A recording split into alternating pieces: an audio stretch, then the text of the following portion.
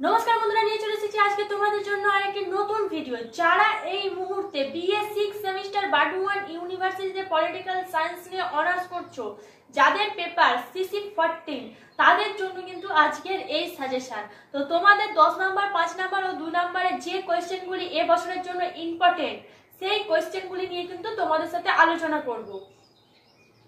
তো প্রথম তোমাদের যে কোয়েশ্চেনগুলি নিয়ে আলোচনা করব সেগুলি হচ্ছে 10 নাম্বারের এবছরের জন্য যেগুলি ইম্পর্টেন্ট। তো 10 নম্বরে প্রথম কোয়েশ্চেন হচ্ছে,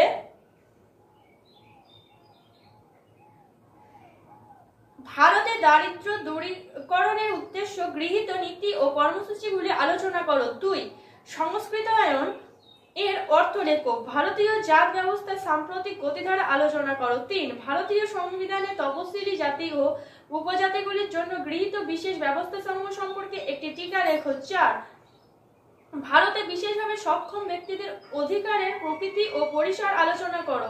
অক্ষমতা শংসাপত্র প্রদানের উপযুক্ত কর্তব্য কে? 5, ভারতের সাম্প্রদায়িকতা বৃদ্ধির মূল কারণগুলি আলোচনা করো। তো এই ছিল তোমাদের 10 নম্বরের কোয়েশ্চেন।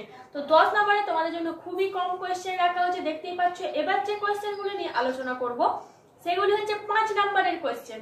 তো 5 নম্বরের প্রথম কোয়েশ্চেন হচ্ছে, ভারতে নারীদের বিরুদ্ধে হিংসার কারণগুলি সংক্ষেপে আলোচনা করো। 2, জাত বলতে তুমি কি বোঝো?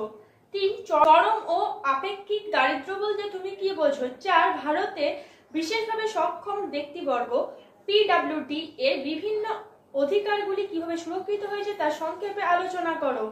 5, অনগ্রসরতা বলতে তুমি কি বোঝো? 6, ভারতীয় প্রেক্ষাপটে ধর্মনিরপেক্ষতা বলতে কি বোঝো? 7, সংরক্ষণমূলক বৈষম্য বলতে কি বোঝায়? 8, দুর্যোগ ঝুঁকি হ্রাস সম্পর্কে একটি টিকা লেখো। 9, ধর্মনিরপেক্ষতা কি? 10, ভারতীয় জাত ব্যবস্থার যে কোনো একটি উদ্দেশ্য উল্লেখ করো। সংক্ষেপে ভারতীয় রাজনীতিতে জাতের ভূমিকা আলোচনা করো।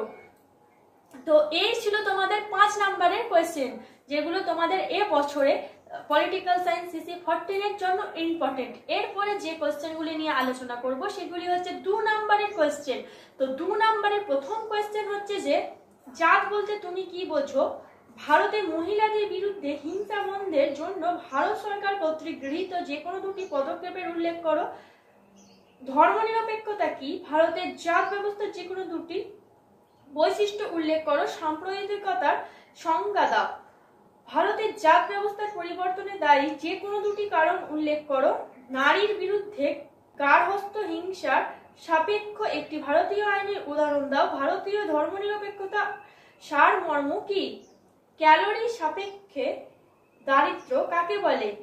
একজন বিশেষভাবে সক্ষম ব্যক্তিকে হিংসা, অপব্যবহার এবং শোষণ থেকে রক্ষা করার জন্য নির্বাহী ম্যাজিস্ট্রেট গ্রহণ করতে পারেন এমন যে কোনো একটি পদক্ষেপ উল্লেখ করো।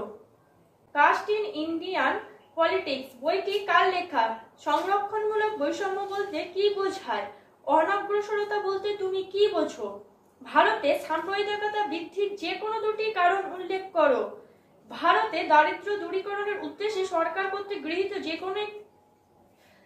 কোনো 3টি কর্মসূচি উল্লেখ করো। ভারতীয় সংবিধান উদ্ধৃত সংরক্ষণমূলক বৈষম্যের যে কোনো একটি উদাহরণ দাও। কোন দিনটি আন্তর্জাতিক দুর্যোগ ঝুঁকি হ্রাস দিবস রূপে পালন করা হয়? জাত ব্যবস্থার যে কোনো একটি গুরুত্বপূর্ণ বৈশিষ্ট্য উল্লেখ করো। পিওসিওস এর পুরো কথাটি কি? সাম্প্রদায়িকতার যে কোনো 2টি দিক নির্দেশ করো।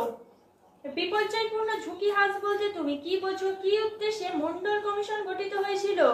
তপশিলি জাতি বলতে তুমি কি বুঝো? বিশেষভাবে সক্ষম ব্যক্তিবর্গ বলতে তুমি কি বোঝো? দারিদ্র্যের যে কোনো 2টি সামাজিক ফলাফল উল্লেখ করো। বিশেষভাবে সক্ষম মানুষদের অধিকার আইন 2016 অনুযায়ী একজন বিশেষভাবে সক্ষম মানুষের সামাজিক নিরাপত্তার জন্য যে কোনো একটি প্রকল্প উল্লেখ করো। সংরক্ষণমূলক বৈষম্যের যে কোনো একটি সীমাবদ্ধতা নির্দেশ করো। প্রাক দুর্যোগ পরিকল্পনা প্রণয়নের যে কোনো 2টি কারণ নির্দেশ করো।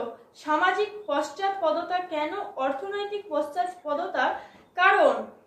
তো এই ছিল তোমাদের 2 নম্বরের কোয়েশ্চেন, অর্থাৎ তোমাদের 10 নাম্বার, 5 নাম্বার বা 2 নম্বরে যে কোয়েশ্চেনগুলি এবছরের জন্য ইম্পর্টেন্ট, সেই কোয়েশ্চেনগুলো নিয়ে কিন্তু তোমাদের সাথে আলোচনা করলাম। এরপরে যদি কারো অন্য সাবজেক্টের সাজেশন বা অন্য কোনো সাবজেক্টের কোয়েশ্চেন পেপার দরকার হয় তাহলে আমাদের কমেন্টে জানাতে পারো। আজকের ভিডিও আর বেশি বড় করছি না, আজকের ভিডিও এই পর্যন্তই। ধন্যবাদ সবাইকে। Junior education.